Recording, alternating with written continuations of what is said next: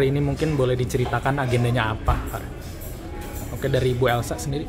Ya, agenda kita, saya datang karena klien saya, Lia Alizia, yang merupakan pemegang saham terbesar di Makarim Entaira, disabotase, ya.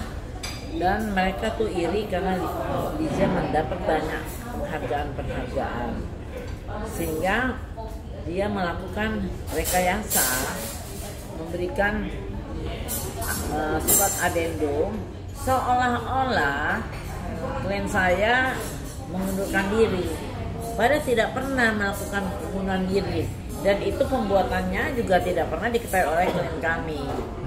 Nah, mereka telah begitu jahatnya melakukan penekanan klien saya sudah cukup lama, ya. Padahal saya sudah bilang harus ada perlawanan, tapi klien saya adalah orang sangat baik. Nah, benar terjadi waktu hari Jumat kemarin, MS itu WA Alicia untuk ketemu di coffee shop di Senopati. Dia bilang, urusan apa? Urusan kerjaan. Dia bilang, di sini aja urusan kerja. Kenapa mesti enggak? Kok kita mau ngopi-ngopi aja, santai-santai aja. Begitu dia datang ke sana di tempat yang sangat remang-remang, udah gelap. Terus mereka berdua, MS sama F, ya, namanya F, itu menekan Lizia luar biasa untuk menandatangani. Isinya adendum itu adalah telah sepakat Lizia itu mengundurkan diri. Padahal Lizia nggak pernah melakukan itu. Jadi surat itu surat palsu. Sekarang kan Lizia menandatangani, mau nandatangani 1000 kali pun, di mana surat adendum itu adalah palsu, yang nggak ada artinya, tidak ada kekuatan mengikat secara hukum. Nah, dia menggunakan itu dan secara drastis tanpa ada perhitungan apapun, klien saya tidak bisa masuk lagi di kantor. Ini memang perbuatan yang sangat-sangat kejam dan biadab, saya bilang, ya. Karena dia mengerti hukum, tapi dia meng-create sesuatu. Dan pengacaranya Hotman yang baru hari ini saya lihat sore menulis surat bahwa karena klien saya sudah menandatangani adendum, jadi itu sah. Nah, dia tuh bicara sebagai kebenaran formal. Kalau secara material, apakah benar klien saya mengundurkan diri? Tidak benar. Dan itu dia bikin diam-diam dan tidak ada klien saya mengitu. Jadi saya bilang, saya sudah membuat laporan polisi untuk memproses ini. Dan main-main, semua partner yang iri, yang ingin merampok klien-kliennya klien saya, di mana klien saya ini bekerja sangat keras, sampai mau sekolah pun dia tertunda karena untuk memasukkan dana besar di Makarim. Tapi mereka ngerampok semua. Hanya satu orang yang bisa memenuhi target, yang lainnya tidak memenuhi target. Sedangkan Lizia bisa lebih jauh memenuhi target. Jadi ini menjadi persoalan kami. Kalau mereka sewenang-wenang, abuse of power, dan merasa bahwa itu kantornya dia, sorry, Lizia juga punya sahamnya. Dan kenapa dia melakukan itu hanya adalah iri karena ketidakmampuan dia. Jadi tolong, biar lu pakai lawyer siapapun, tolong kita proses hukum di Polda Metro Jaya. Oke, dari Bang Farad seperti apa nih Bang? Tadi kan ada sempat bertemu. Laporan pidana ini gimana? Targetnya apa? Ya, saya merasa ini dipaksa. Saya udah nangis dipaksa. Saya nggak pernah, saya terus ditekan dari bulan Juni untuk sesuatu yang saya tidak lakukan, menggunakan karyawan untuk melawan saya. orang karyawan ini yang melakukan kesalahan malah dipelihara, saya didiamkan seolah-olah saya itu nggak ada artinya di kantor. Padahal saya kan menghasilkan uang dan saya bertahun-tahun, saya 24 tahun di kantor Makarim dan 10 tahun saya jadi partner. Saya mengembangkan firma ini nggak main-main dan saya selalu mencapai target saya. Bahkan 6 tahun terakhir saya terbesar. Bahkan waktu pandemi saya itu menyelamatkan kantor, saya kan managing partner 6 tahun, 3 tahun terakhir saya menyelamatkan firma dari pandemi. Semua makan Dan kerjanya. semua ya menikmati keringatnya Lizia. Menikmati kok. Kok jahat sekali ya? Jadi- Orang ngerti hukum ya. Jadi maksud saya dengan alasan yang nggak jelas, saya melihat ini rekayasa ya, murni rekayasa. Karena tuduhan itu sampai sekarang berubah dan tidak pernah ada gitu. Mereka selalu bilang, oh, karena ini melindungi saya. Oh, melindungi saya nggak dikeluarin dong. Nah, ini loh masalahnya. Lizia itu tidak ada kesalahan apapun. Kalau dia ada kesalahan dia mesti warning, Iya dong. mesti berikan kesalahannya, mesti rapat dan mempertanggungjawabkan. Sekarang kan Lizia dipaksa untuk mengundurkan diri. Itu yang memang kurang ajar. Saya tidak punya kesalahan. Saya nggak punya kesalahan. Dan kita akan buka semua kesalahan Itu mereka. ngada-ngada. Kita akan buka kesalahan mereka. Ada di tangan kita. Iya.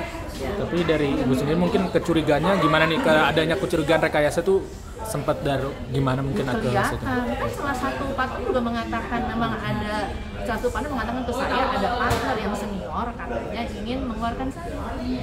Jadi itu sudah jelas. RN, namanya RN. Iya. Sangat super jealous. Iya, jadi maksud saya partner lain aja ngomong begitu ke saya itu sudah indikasi kuat kan? Iya, jadi menurut saya nggak Dan kita ada. punya bukti semua di WA. Saya nggak ada. Maksudnya kalau dibilang tau dari mana, untuk dari mulut partnernya sendiri. Dia ngomong kok, walaupun itu cuma berdua, tapi dia ngomong. Jadi kita akan berjuang terus dan mereka kita keluarkan dari Makarim, bukan klien kami, tapi dia kita keluarkan karena dia melakukan tindak pidana. Ya hari ini kita udah datang ya, tapi mereka sengaja menghindar dan bahkan menghalangi masuk ke klien kami. Kemudian kita anggap sembunyi lah. Dan proses laporan pidana dijalankan kita terus. Dan kita akan berupaya untuk bertemu dengan pengelola yang NP yang baru, yang di mana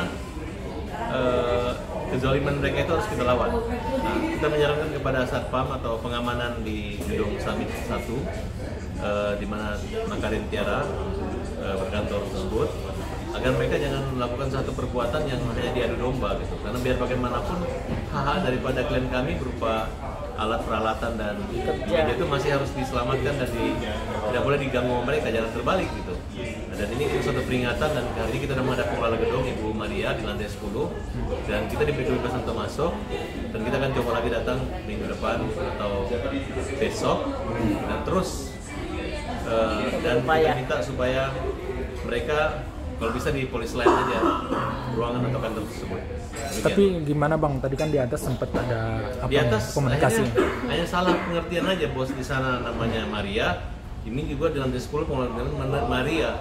Tapi setelah Ibu Elsa diberi kesempatan masuk ya intinya sih berkomunikasi gitu karena dia ini kan termasuk lawyer nomor 1 untuk peringkat 100 pengacara dengan prestasi menjadi MP di situ sekitar 6 tahun dan mendapat prestasi, makanya wajar aja samanya di kantor milik dia.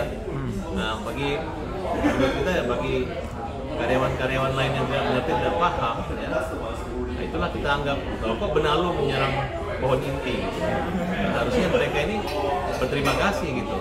Nah, ini sangat tidak adil, tidak zalim terhadap dia.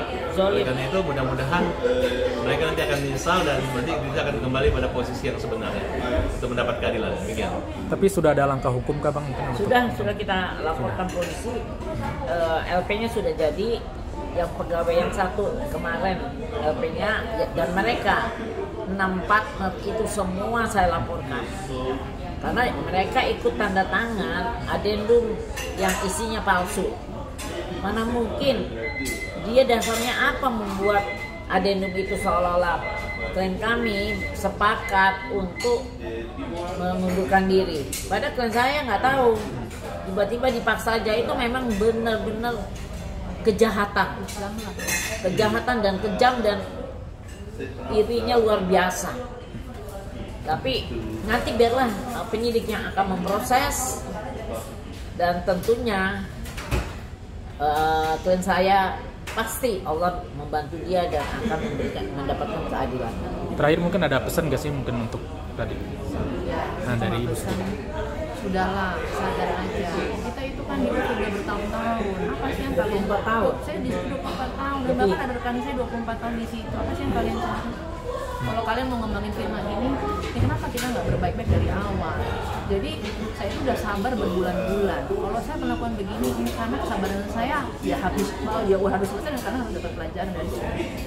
Dari Bu Elsa, pesannya seperti apa? Ya, saya akan proses ini dan akan terbuka. Siapa punya ide membuat surat adendum palsu, siapa yang punya ide, siapa yang mendiktekan, siapa yang ngetik, nah itu akan nanti penyidik aja yang proses.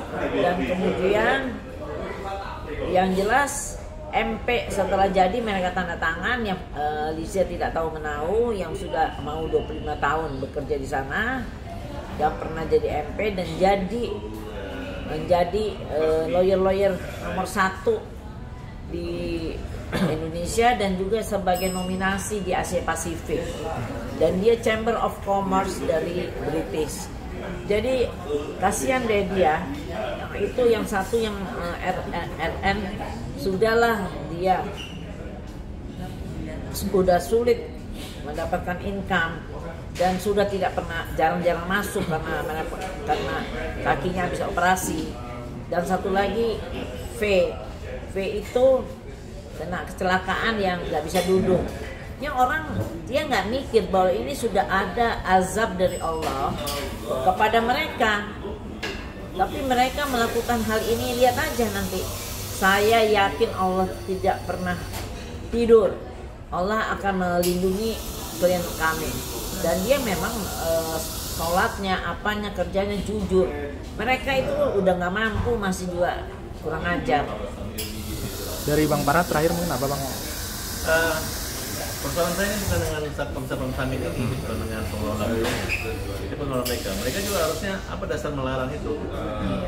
Jadi itu betul yang kita lawan, dan tidak untuk kemungkinan kita akan datang terus sampai kita ada titik temu dan proses hukum tetap jalan terus juga. Rusak loh nama Makarim. Ya, kalau bisa mereka yang zolim itu di penjara semua. Iya, yang zolim masuk tahanan semua. Oke, cukup. Hukum.